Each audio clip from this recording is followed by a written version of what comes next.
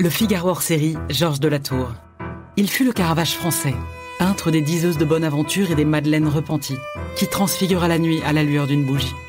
À l'occasion de l'exposition du musée Jacquemart-André, le Figaro hors série vous emmène sur les traces de Georges de la Tour.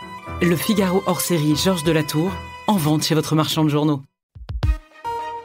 L'éditorial du Figaro. Après la dégradation, refusez la démagogie socialiste par Jacques-Olivier Martin. Le pire n'est jamais certain, mais l'inquiétude grandit à mesure que la France s'avance dangereusement vers le bord de la falaise. Fitch l'a rappelé vendredi soir en dégradant une nouvelle fois notre dette. Les marchés aussi. Depuis des mois, les taux d'intérêt à 10 ans grimpent et l'écart avec l'Allemagne se creuse inexorablement. Cette dégradation sanctionne d'abord la dérive continue et effrayante de nos finances publiques, mais elle traduit aussi l'instabilité politique qui paralyse le pays au pire moment. Comment croire que nous retrouverons une trajectoire budgétaire crédible aux yeux de nos créanciers, alors que plane le doute sur la capacité même du Parlement à voter un budget?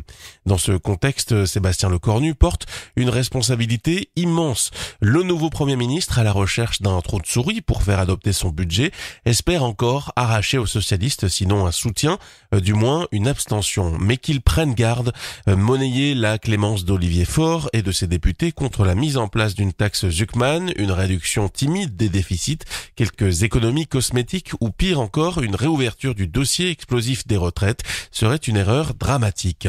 Nos créanciers, nos voisins européens, nos concitoyens lucides attendent des mesures à la hauteur du danger.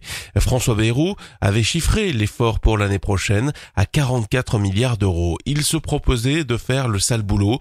Il a été sèchement écarté. Sébastien Lecornu peut bien renoncer à la suppression de 2 jours fériés, comme il l'a annoncé ce week-end. Mais il ne doit rien abandonner sur l'essentiel, l'ampleur de la réduction du déficit, le freinage de la dépense publique et surtout le refus des hausses d'impôts. Procrastiner, une fois de plus, céder aujourd'hui à la démagogie socialiste, ce serait hypothéquer encore davantage l'avenir. Fitch vient de donner un nouveau coup de semonce. Entendons-le, car sinon nous finirons par chuter dans les abîmes d'une crise financière, économique et sociale d'une violence inimaginable.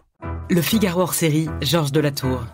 Il fut le Caravage français, peintre des diseuses de bonne aventure et des madeleines repenties, qui transfigura la nuit à la lueur d'une bougie. À l'occasion de l'exposition du musée Jacquemart-André, le Figaro hors série vous emmène sur les traces de Georges de la Tour. Le Figaro hors série, Georges de la Tour, en vente chez votre marchand de journaux.